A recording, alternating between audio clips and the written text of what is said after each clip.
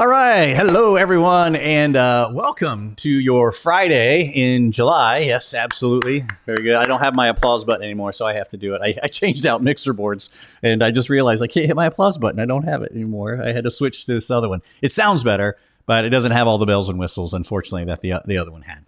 So, hey, welcome to the Cyber Social Hub Hubcast. What in the world is it? Most of you should know because you're here hanging out. And it's just our little, what we call it is the really bad late night talk show that we do in the middle of the day. That's really it for a Friday. It's a good reason to, tell your boss you have some learning points on a late Friday afternoon and not to do anything else, right? Because we're going to teach you something. There'll be something that the guest who is much smarter than me will teach you. I will not probably teach you anything, except I do have a great story that I'll save for a little bit later on. We do have a sponsor to the show. I want to make sure I get to the sponsor here, because if not, Megan will be yelling at me and say, you didn't do the sponsor, and I have to switch way and do it. Oh, there it is. It's Belkasoft, but it's specifically Belka GPT, right? So basically, if you've ever wanted to have like a forensic assistant, right? All of us, if you're in a one-man lab, have wanted this. It's going to help you quickly find those relevant artifacts that you constantly look for, thousands of them, right? As you sift through all that digital evidence. Well, Belka GPT from Belkasoft, it's going to do it for you. So basically, if you haven't checked it out yet, Belka GPT is an offline AI assistant. So that's important, right? Offline AI assistant designed specifically for digital forensics and incident response. If you haven't checked it out so yet, make sure you do travel over to their website, check it out. So it does work without an internet connection, ensuring your data stays very secure. So it runs on standard DFIR lab machine, so there's no need to go get some crazy expensive machine, although generally the forensic labs are some crazy expensive machine anyway. So, you already got it just in case. But with each response, Belka GPT gives 3 sources for its answers to help make sure the AI's interpretation of the information is accurate. So if you haven't checked it out yet, you can upgrade your digital forensic incident response workflow over with Belka GPT. It's included for free with Belkasoft X. You can get started. I'll put the web URL up, but I'm going to read it to you here. I'll put it up just a little bit later on, or it'll be down in the show notes below. After we're done with the live, if you're seeing this in the replay, just take a look down there. It's belkasoft.com/Belka GPT. And Ron, I see your comment there. I don't think it can run on a Commodore 64. If you're doing forensics on a Commodore 64, we should talk. I'll hook you up with a friend of mine who can help you out. Awesome, fantastic. I hope everybody had a great 4th. Those of you here in the U.S. and had some time off for the 4th, I had a great time. It was a lot of fun, for sure.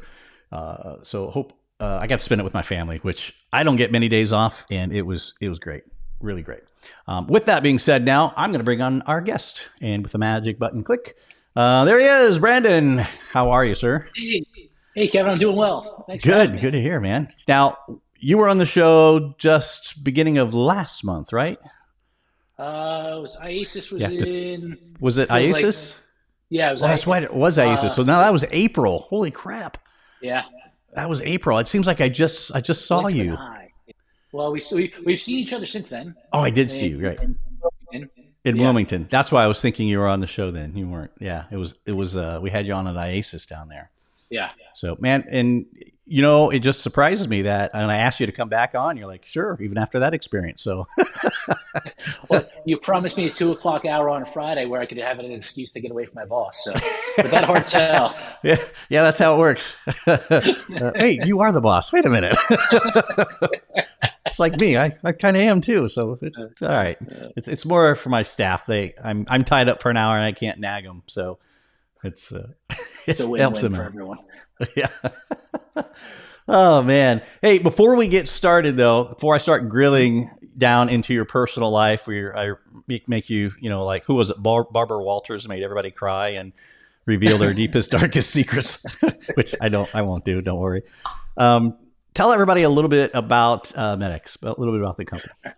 So Medex, the succinct definition is we are a source identification and video authentication platform. What does it actually mean? Is we take unknown video file, just the file itself, no file system data, and we are able to analyze that not using pixel values or what you see on the screen or what you look like, or metadata values, the semantic or the descriptive metadata values. We're leveraging this previously unexploited dimension of videos, which in file structure, to get some really deep insight and to have some deterministic analysis to say this is true camera original or this file is not a camera original. However, this is where it came from. It's not from Brandon's iPhone 15. This originated on Kevin's Galaxy A20 and was sent to Brandon through WhatsApp in a deterministic way that doesn't really rely on those metadata, those fickle metadata values.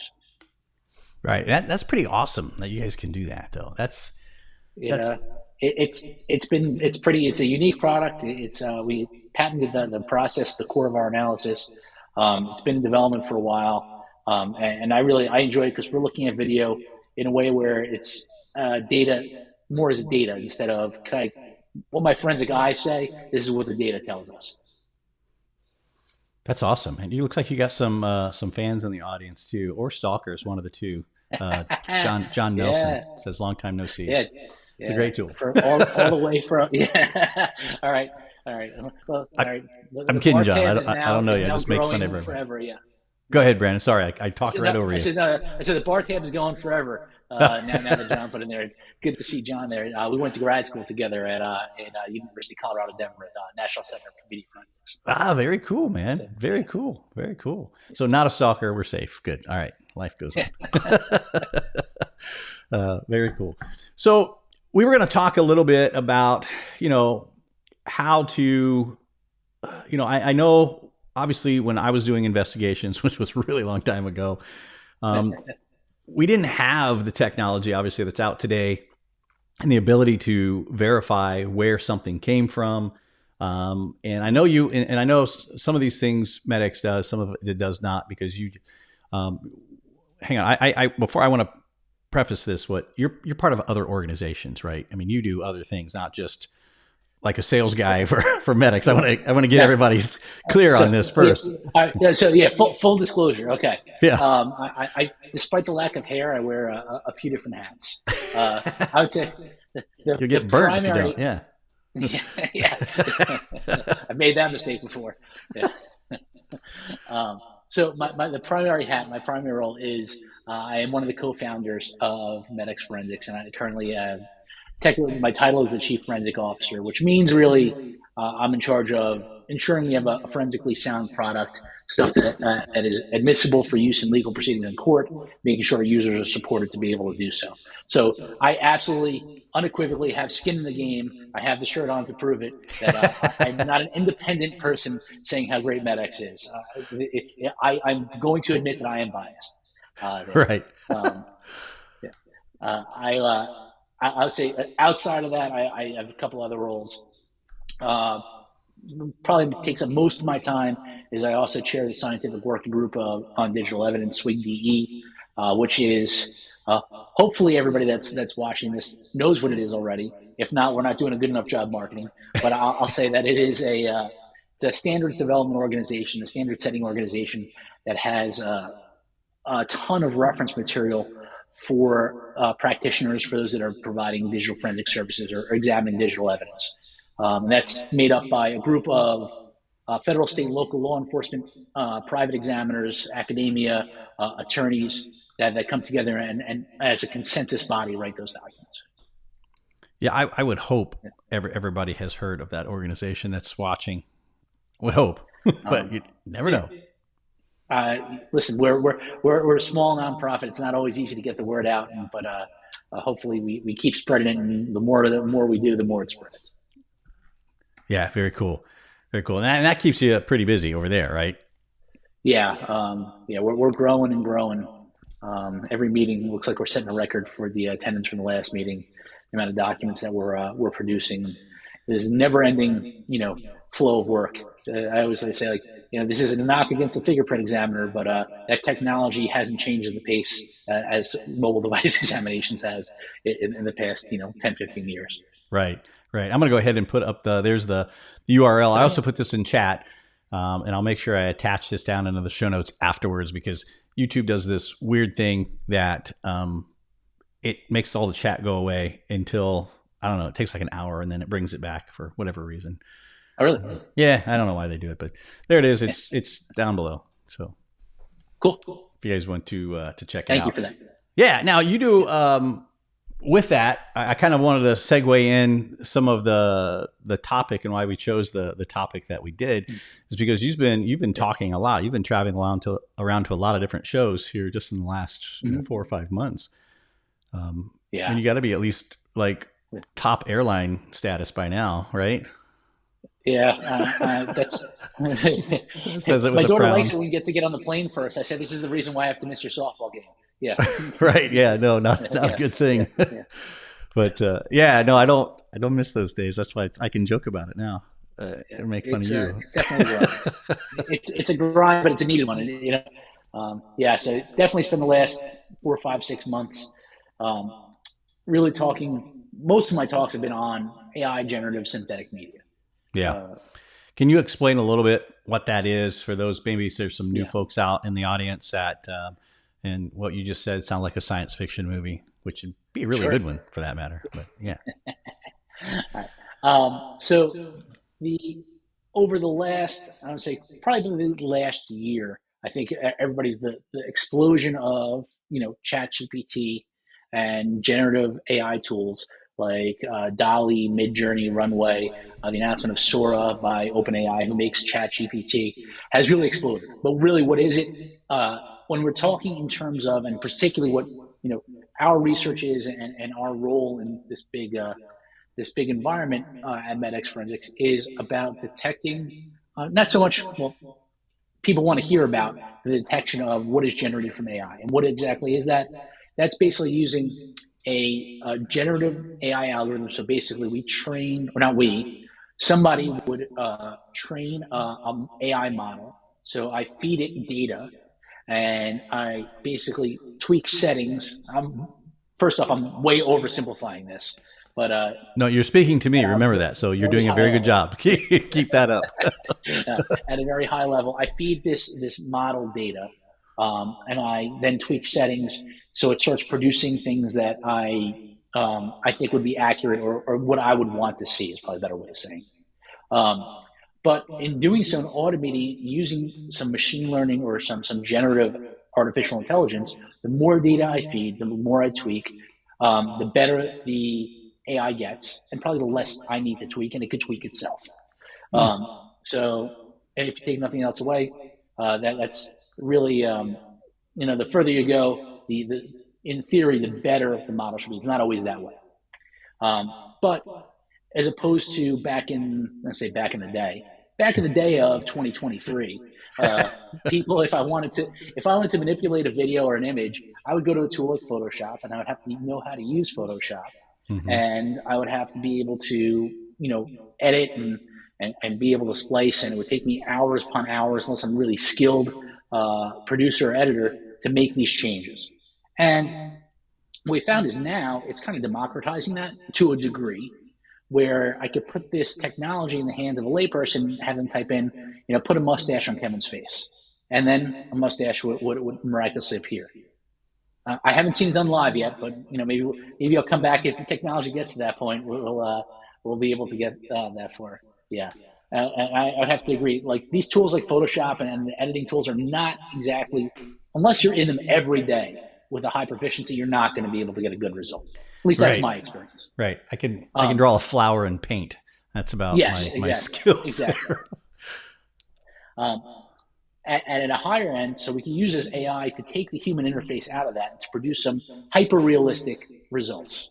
So when you start thinking about it, then we start hearing more about these deepfake videos or face swap or generative AI that is able to produce ultra-realistic imagery that is, I want to say, imperceptible or difficult to detect from the naked eye.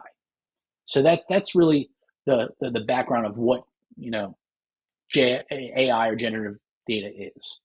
And that's really the concern of the public, I should say.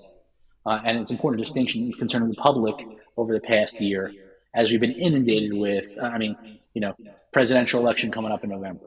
Oh boy. Tom Cruise doing magic tricks on TikTok, trick shots on Instagram. Right. All these are inundated with, can I believe what I look at because the AI is so believable, is so realistic. How do I trust what I see online? Is really the public, is where everybody's mind goes to. Yeah, no, for sure. Now I know, by no means am I an expert in this field, but we've tinkered with it here. I gave a talk at Cyber Social Con, and it's just with some marketing tools that are publicly available out there. And there's one called HeyGen that does a freaking really good job of it. And I had to train it to me. And all I did was sat and talk to the camera for about, I think it was 2 minutes. I had to sit and just stare at the camera, talk, do my regular stuff. And then I could type in whatever I wanted it to say. And it was freaking me. And I couldn't tell. Occasionally I'd get a little twitch, like, I had too much coffee, but other than that, man, it was creepy. And which could be possible on a good day anyway. Yeah. Right. The caffeine part, not the creepy part. Well, I'm not going to say creepy. Maybe both, depending on what's in my caffeine, right? The Irish coffee, we know. Who knows what's going to come out? But to your point there, I'll tell you this, is that, this is a global threat, global issue. We have partners that we're doing research with in Southeast Asia. And I will tell you, the apps that are coming out of that area of the world that have not hit the US yet are scary. The stuff that they've been working with 2-3 years, we're first seeing here.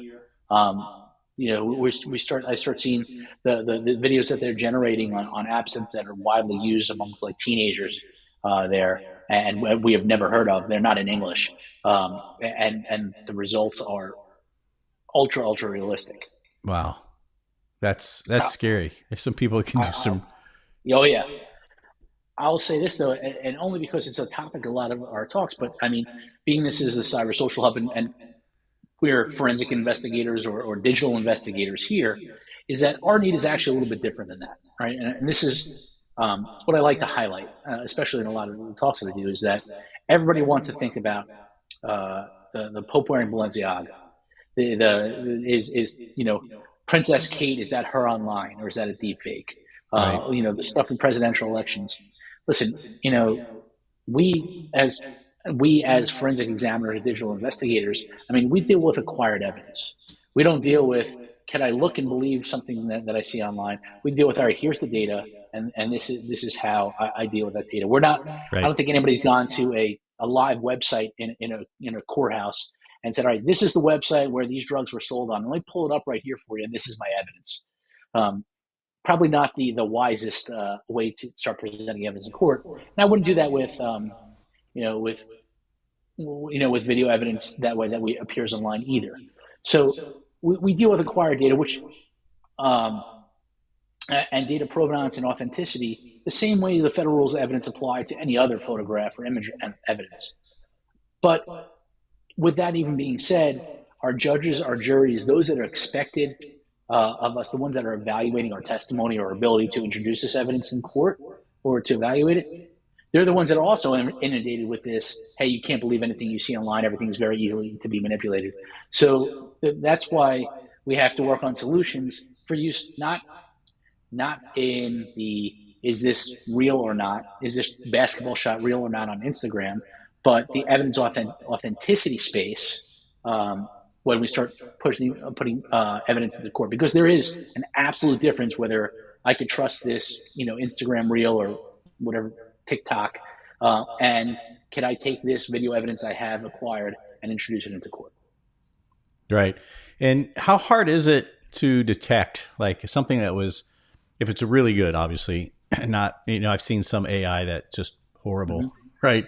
Yeah, it's like Max Headroom stuff that's going on there. Yeah. See, you're old enough to know that. And but if it's really good AI, how hard is that to detect, to make that determination, and where you can raise that right hand in court and say, yes, this is here, this is why?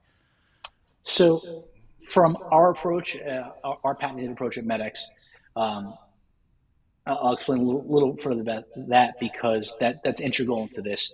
Is because we live at how the video is actually encoded. At the end of the day, right? Mm-hmm.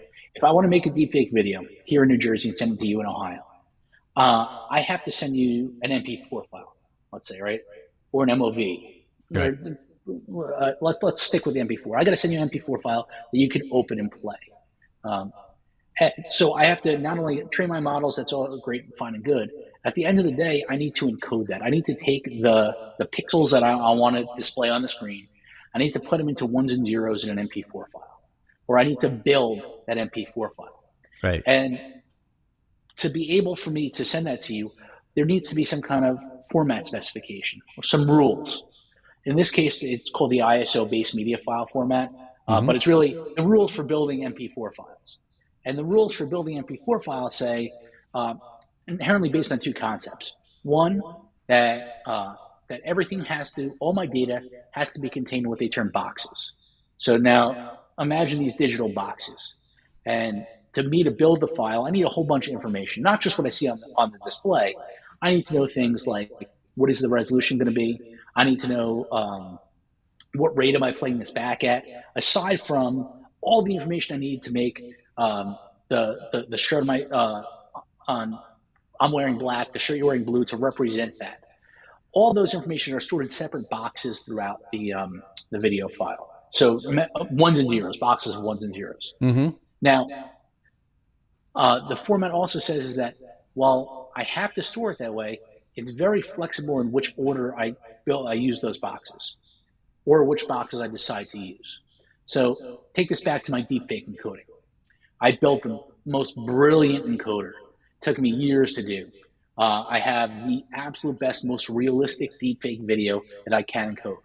I still need to use those boxes to build my my deepfake, right? I still need to build that MP4 file. Mm-hmm. That's where Medex lives. Is what we know video encoding. At the end of the day, I don't care how good your deepfake is or how bad it is. You still have to build that file.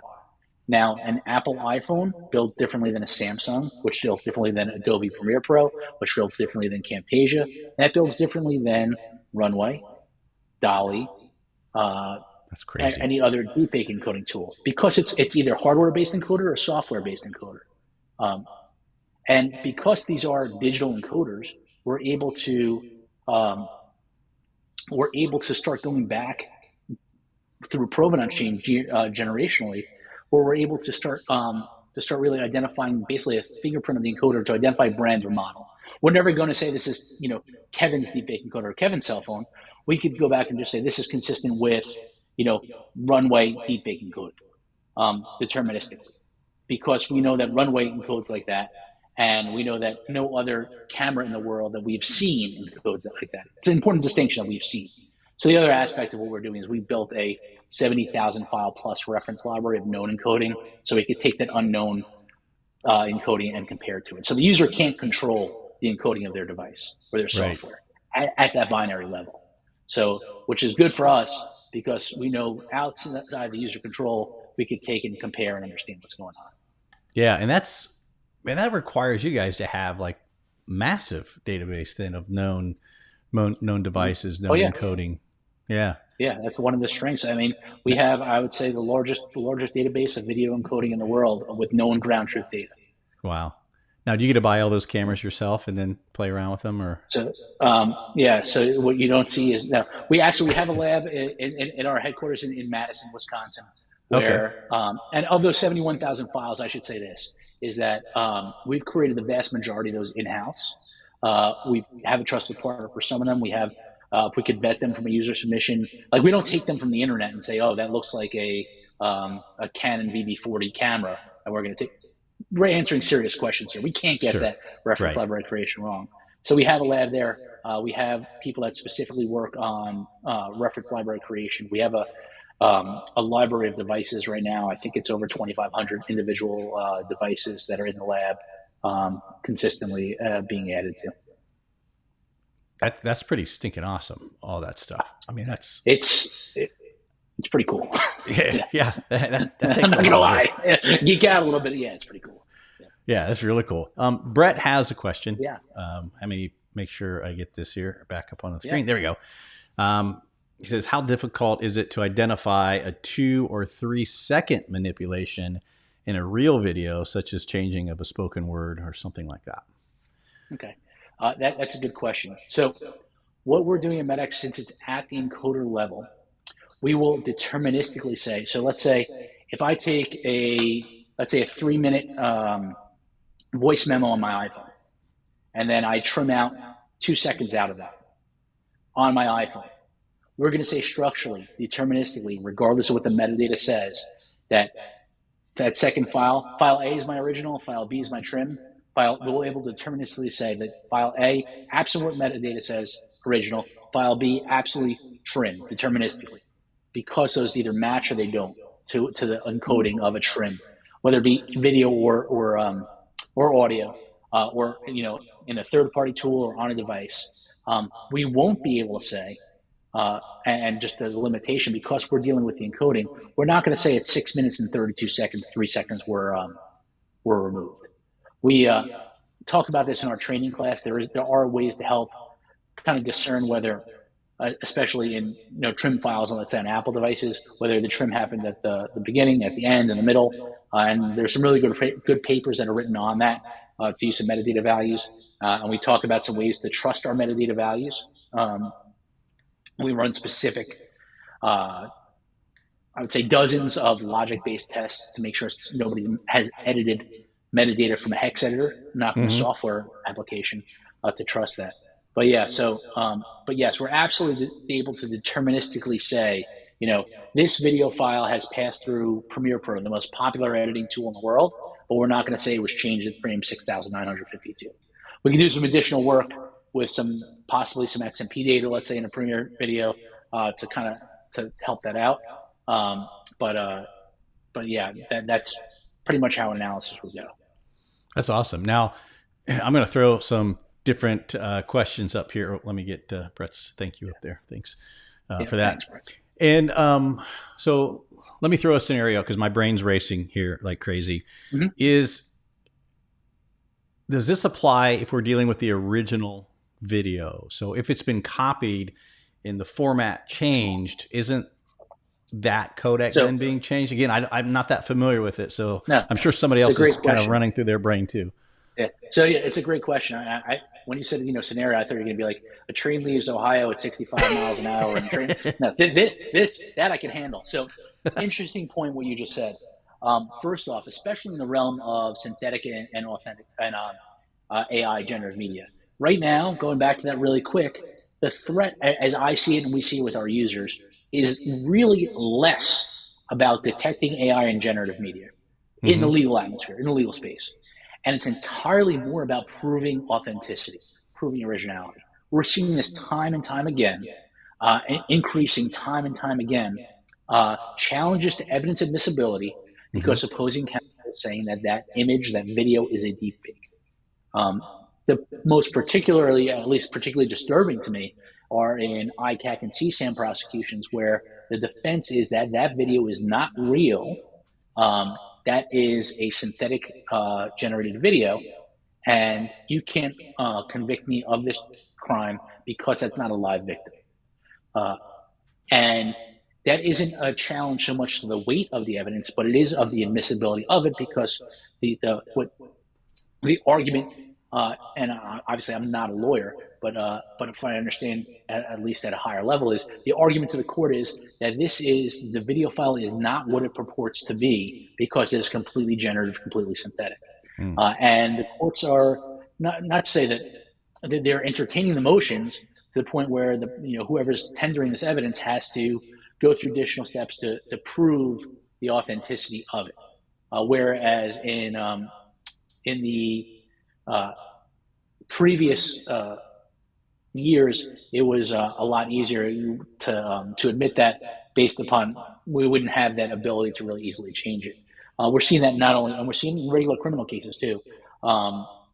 Seen most recently with me it was actually an aggravated sexual assault case where the suspect was seen walking down the street right before an unfortunate criminal act, And the claim was that video, that not that it wasn't him on the video, is that video was completely synthetic and deepfake to frame him for that crime. And then evidence hearings ensued. So the actual proving that evidence is real, or is, I'm saying, probably a better term, authentic, is a much bigger need right now. Sure. That makes perfect sense. Yeah. To the second part of that is, like, when you say, all right, when I take, let's say, I have my original video and then I send it to you, it's going to change. Right. Whether I send it to you, let's say by Telegram, Signal, WhatsApp, even an MMS message or an iMessage. And we're 33 minutes into our podcast here before I come out with it depends. That's a record, I think. Here we go. But it really highlights the fact that it will likely change, right? The pixel values will likely change. The metadata will likely change. The question is that because these are software and hardware encoders, and we have a reference library, and this is the really cool aspect of Medex, is that we created all these provenance chains in this reference library.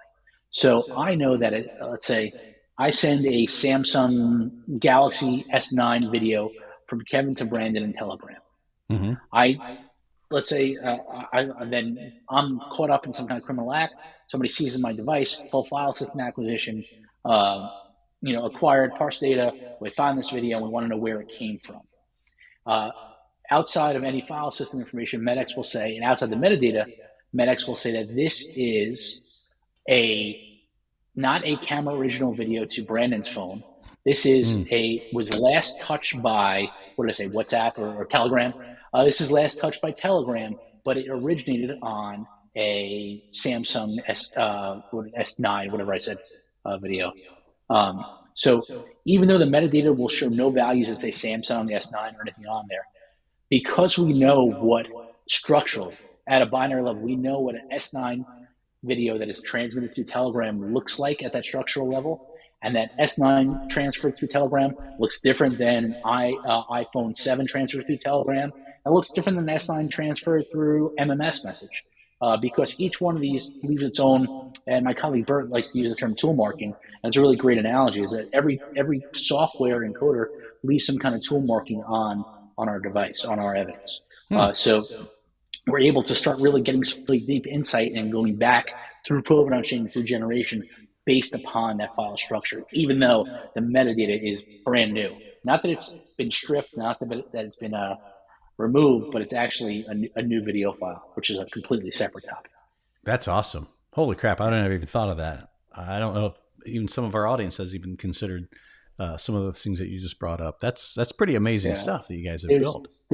It's a lot of them. And believe me, this is absolutely, it was not my original idea. I worked with some really, really great colleagues that had the vision of being able to take structural analysis and being able to scale it in an automated way. Because, I guess it was published a few years ago. I forget the guy, I think it was a German researcher published using file structure as a method of analysis, but it was more of a one-to-one comparison, and it wasn't really in the depth that we're doing this now. My colleague Bert Lyons, who was the one that really pushed the envelope to say, all right, this is how we could exploit every byte of that video file at scale to be able to do that and do it in a way that we can, use in everyday investigations.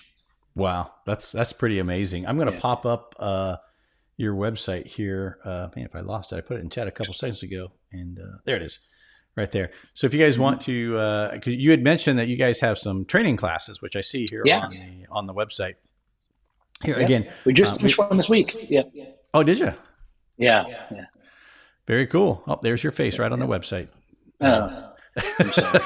Yeah, right in there. So yeah, you did one the 9th and 10th. I see it right here. And you sold it out, no less, because it says so right there on the website. Sold out. And thank you for reminding me. I now need to update the website. Well, it's only a day away, or 2 days now. No pressure. I will get with our marketing department and have them update the website. Yeah, no pressure. which is also me. Yes. Yeah. Yeah, that's the way it is. It's just that multiple hats that you were talking about. Yeah, gotcha. Yeah. Multiple. Yeah. It's multiple hats. Yeah, There are a bunch of but us here, but we all share a lot of different jobs. Yeah. oh yeah, no, I get you. Trust me, get you. So we do the same thing here. I think all Yeah. smaller businesses are that way. Yeah. So just the way it is. So again, medexforensics.com if you guys want to check that out. I'm going through some of the questions here. Yeah. Ron has one. I don't know. Yeah, it pertains. Sure, why Yeah. not? Bring it Yeah. up. Any thoughts on how to protect end users from falling Yeah. from That's deepfakes? yeah. Because if you send it to my mom, it's true, and she's going to repost it. That's just the way it is. I will tell you what. Big concern, especially from that community. Yeah. Um, yeah. It's difficult, right? And I think there's a few different, like, obviously the end user protection from bad actors before a crime happens is a little bit, it's not really the focus of our work, but I mean, we get into it because it's an adjacent kind of thing. I would say Mm. just, it's difficult, especially, I mean, everybody's got to have the talk with your parents about, I'm not going to Tijuana and I am not going to be in jail there. My car isn't going to break down. And actually happened to my grandmother. And she thought that I had been in an accident and the person had asked for money, and she knows that I would never ask her for money, and she knew something was wrong and called me. So thankfully, but I'll tell you a quick story, and even internally, based upon, I would say that Bert, my colleague Bert Lyons, his background does come from a data archivist. He's original archivist of the Library of Congress, a digital archivist of the Library of Congress. His entire life has been about digital asset management, understanding data, Yeah. and digital data and video and audio data.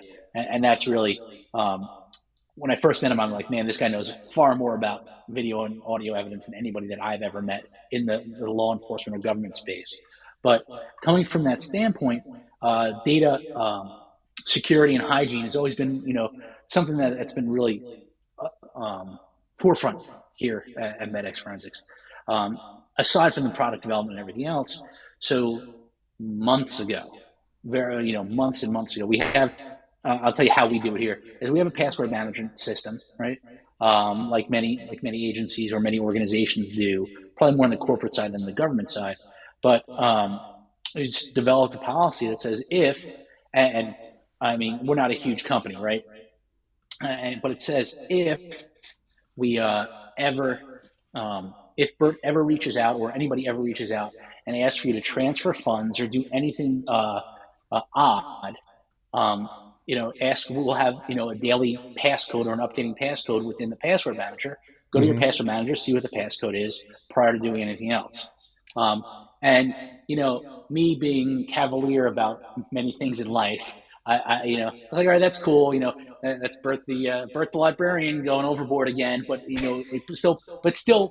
still, I know it's setting us up for success, right? Well, Right. I'm going to look at my other screen here because this was Monday this week. One of our contractor employees, actually, he sends me a screenshot of it. He says, hi, and is his name. It says, please let me know if you get my text. Best regard, Bert Trammell, CEO, co-founder of Medex Forensics. Now, this particular person, we use Slack a lot, right? Slack, Zoom. Nobody really has, we have each other's cell phone numbers, but not a whole lot because there's no need to have it's weird. There's no need to even have cell phone numbers anymore. Well, this particular person actually doesn't have Bert's cell phone number. So while this is going live, he says, Bert, this is blank, confirmed, I received your text.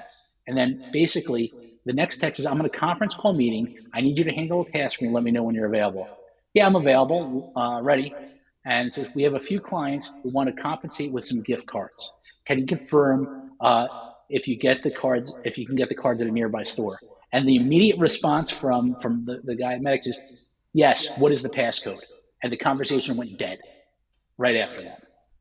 So really just to say, we've had these policies in places for months, and Brandon being, the a-hole that he is, like, another policy, I get it, I need it, but nobody wants to deal with it at the time.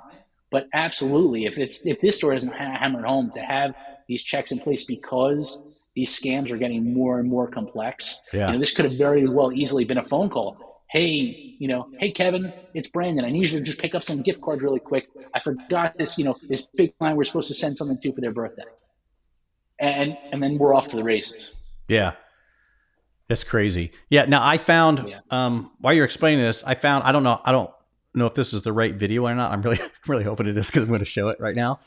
Kind of what you're talking about here. Okay. I'm Make going me to, nervous.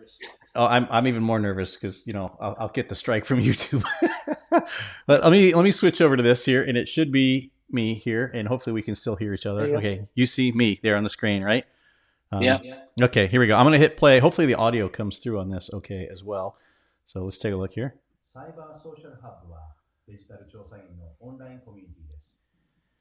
It's me speaking Japanese, right? Yeah. Now, it's not the best. You can see a little bit of twitches in this one. This was before I was refined.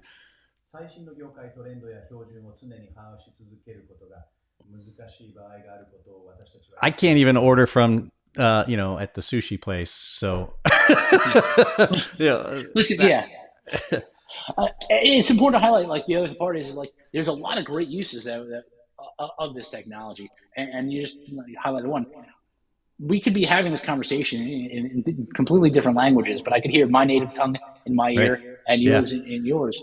But it does come with some really really big trade-offs, and the voice one scares me even more. Yeah, I mean it's scary, and and I don't know how. Again, it's been so long since I've had to do CSAM type investigations, and how those defenses. Before it was like some other dude did it defense, right? And now it's now it's an AI defense essentially, and I don't know if that's what they're calling it. I'm curious to, and I'm sure you've been maybe drawn in to some of these to help verify those. How are investigators handling those types of scenarios? Because I think that's probably the most thing that's more applicable to the audience. It's kind of all over the place, I guess. Much like like anything else in investigations. I'll tell you that the frequency of them. So the first time I ever heard the concept was actually at Wilmington and Techno Security in 2023. I had somebody come up and basically explain to me what I just did. I have this defendant that says that is not them, it's AI generative. I'm like, wow. Because we've been working in this space, and the product the product's been around since 2016. It was used within a federal agency for a while before it launched commercially. And then once we launched commercially, but this is the space that we work in. And when everybody started, we were like, oh, you can do deepfakes. Nobody's really concerned about it. Like, deepfakes wasn't even our original concern. We were more just like, source identification and really data provenance. And it's not sexy to say this, but we approach a deepfake or synthetic or AI, cutting edge generative video the same way we do something from an old Canon camera. It's at the encoder level. So it's not exactly the sexiest means of analysis, but it's reliable, repeatable, and explainable. Yeah. And it works. But we've done this research, it's like, don't call this new research. We've been here for years. Like, this is what, but everybody's had new interest in it since we get really, in the synthetic aspect. But when this person came to me and I'm like, I never considered that. I knew we always had this threat of AI in general. I never considered that defense of like, prove that it's real. And I was like, man, you really opened my eyes. Yeah. And then 20 minutes later, somebody comes up like, oh, wow, you do this. You're like, I have this case that somebody's claiming that it's general. I'm like, for years, I never had the conversation. Twice in 20 minutes. Wow. And then now over the past year, we're like, I'd say maybe every week somebody coming to us. It might be a little bit frequent, but definitely a few times a month with the same kind of the same use case, which was something I did not consider when we first went down this road. Yeah, and that's crazy because I think it's only going to get worse. But the fact that you can recognize codecs and probably pretty quickly identify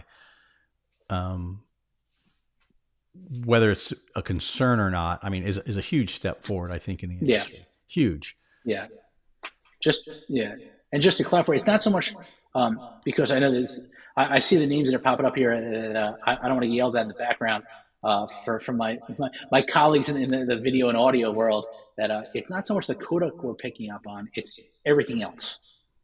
The codec's one of the things, one element of the video, but a lot Uh-huh. of times, I probably should preface this and explain this better earlier. A lot of like an iPhone camera original video could have 90 or 100 of these structures or boxes in there.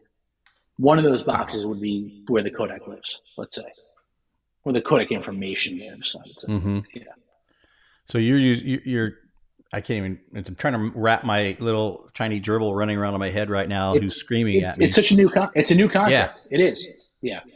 yeah. So kudos to you guys. So you're definitely way ahead of the game. You've been around forever. But now I think again as technology from to the masses picks up and people are using these things in ways that maybe you hadn't considered before. Then your tool's in a perfect position to kind of help deal with that a little bit, which is nice in Yeah. some I cases. like to Yeah. think so. Yeah. And I would say, like, listen, um, and the core of our business right now is for the digital examiner, digital Hmm. investigator. Right. We're not we're not out to say. I mean, we could. I'm sure we can make an impact on what you see online through various ways, which is a separate conversation.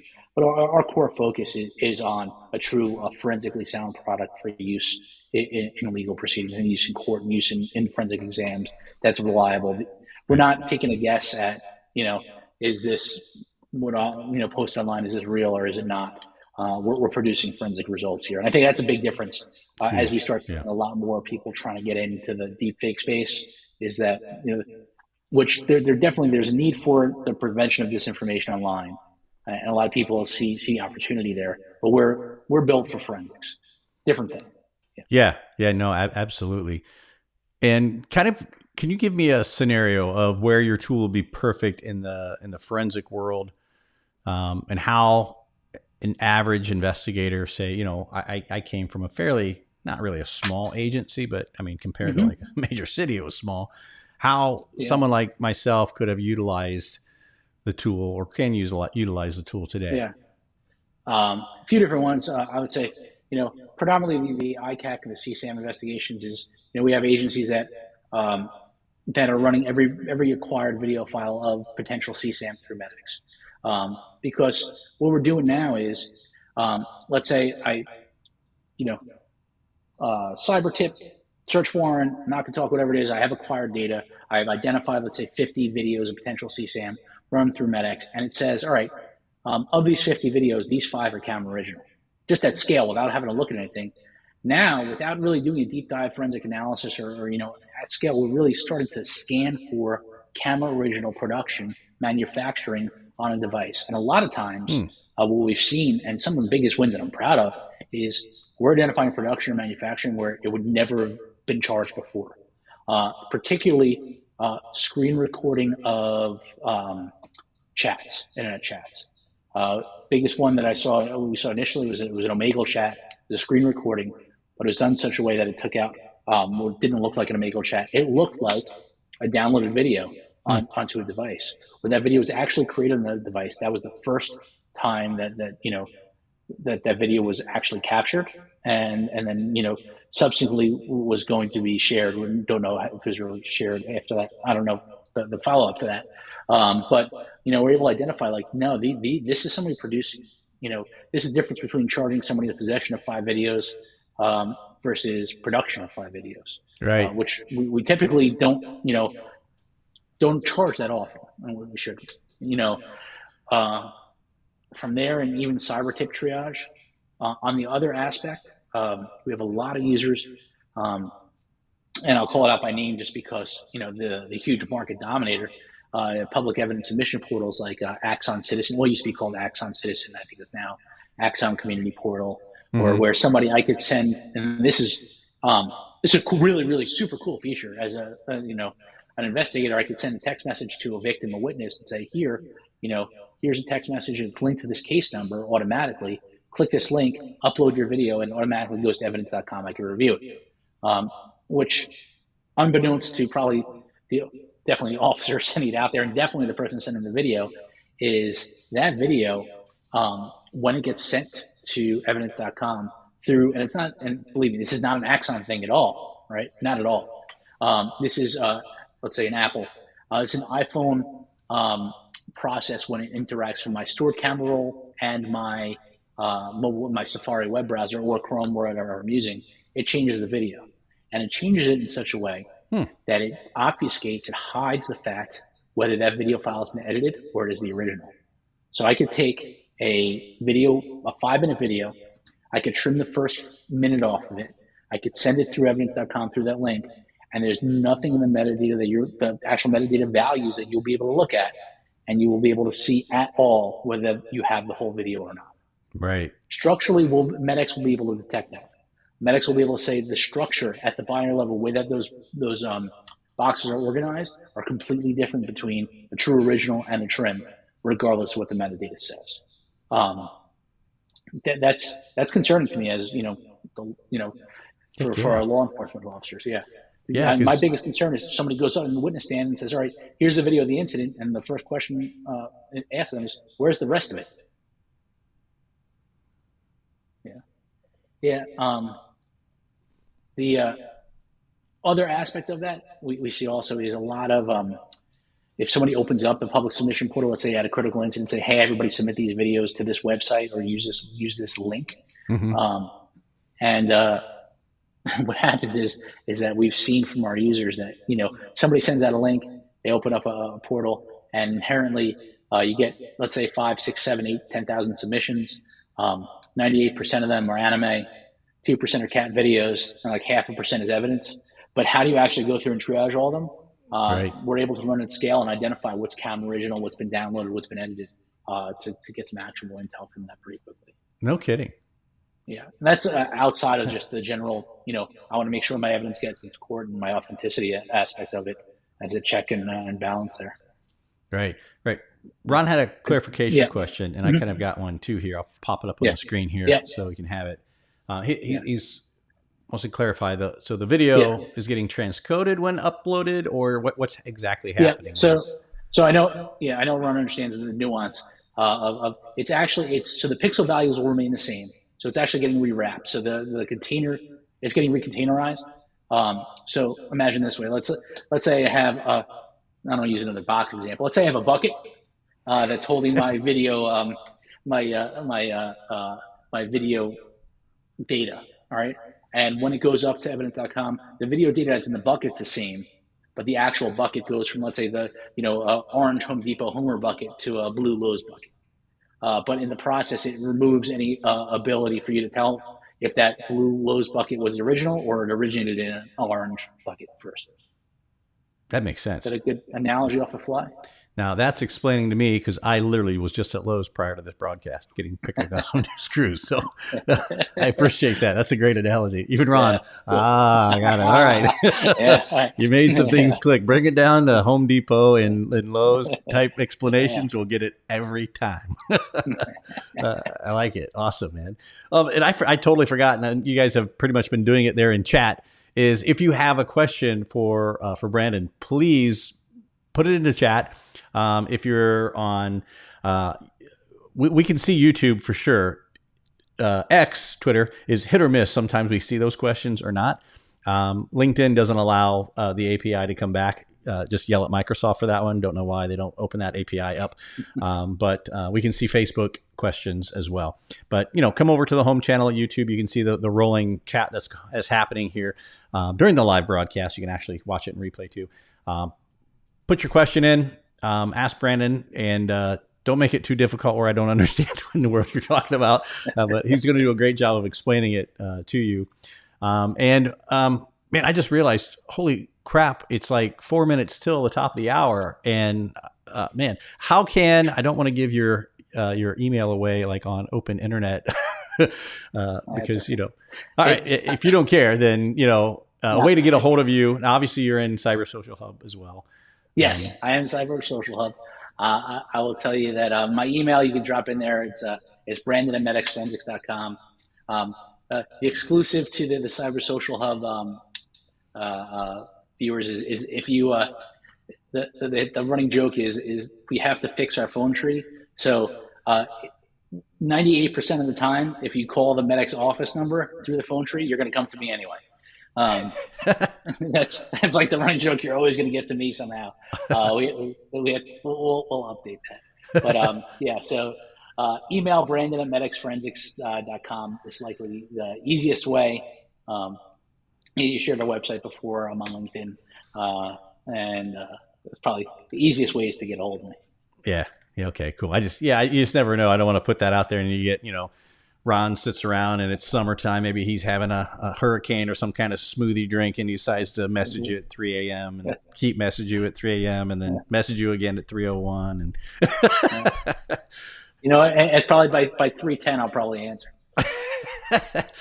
Right. Sorry, Ron. You were just there, man. You were the last name I saw. So you're the guy that got it. So, and even Megan's like, oh yeah, hurricane sounds tasty. Yeah. I just got literally just before we went live. I didn't get to use it yet. And what do you say? Hey man, it was 15 times. Oh, right on. And I just got, so the Margaritaville drink maker, the slushy machine. The blender, I just got it. It's got ice in it and then the blender. And I tested it. The kids wanted some blue concoction that, again, no non-alcohol there. But sure, the kids wanted it. They're going to sleep well. Mine's a Jack and Coke later. I'm going to try it, but I got to wait till the day's over. I was going to do it before the hubcast. I'm like, no, I got to at least track what Brandon's saying because he talks some pretty in-depth stuff. Otherwise, I'd have been, drinking the Jack and Coke slushy, which I think I told you about, the Jack and Coke slushy at Aces. That sounds fantastic. Yeah, so that's my goal. I'm gonna make one. It won't, even Ron says, "Oh yeah, daiquiris." Yeah, no man, it makes a killer one. I went YouTube and watching it like nonstop. So anyway, the topic goes sideways real fast. So. All right, hey Brandon, thanks so much, man, for hanging out with us. I can't believe an hour had gone by that quickly. It literally blinked, and it's by. No, there's no party at Kevin's. Just for the record, there. I'm in Ohio, for crying out loud. What are you gonna do here? Nothing. Well, I take that back. We have Cedar Point, right, which now Six Flags owns. I'm a little sad by that. They just bought them, and then. You and I were talking just before the session went live, and not many people know Ohio has islands. We have islands, and they are the only way to get to them is by boat, and they have some great establishments to partake of smoothie drinks in frozen delight. There we go. We'll leave it at that. You better make sure that generator's working on the boat. Yeah. Oh, yeah. That margarita machine, that'll suck some power. That's right. Yep, absolutely. So very good. And your money's gone. Yeah, no, absolutely. It is just like that, gone. So very cool. Brandon, again, thank you so much. If you guys want to find out more about Medex or talk to Brandon, just go head over to the website. I'll put it into the show notes. It's in chat here somewhere. If you scroll up, you will absolutely see it. And if you want to talk more in depth, he is a wealth of information, as you can just imagine from just our last hour of conversation. So again, man, thank you very much. I appreciate it. Kevin, thank you so much. It's been a blast. Really. Thanks. Thanks everybody for being here and hanging in. Yeah. As always, man, we'll have to have you back on as well if I can convince you into it. Anytime. All right. Anytime. Awesome, man. Thanks so much. And don't go anywhere. We got to do the whole end rolling credit thing, and then we'll chat after the show here. All right? All right, cool. Cool. All right. Thanks again, buddy. Again, thank you. Appreciate it. Maybe if I can push the button.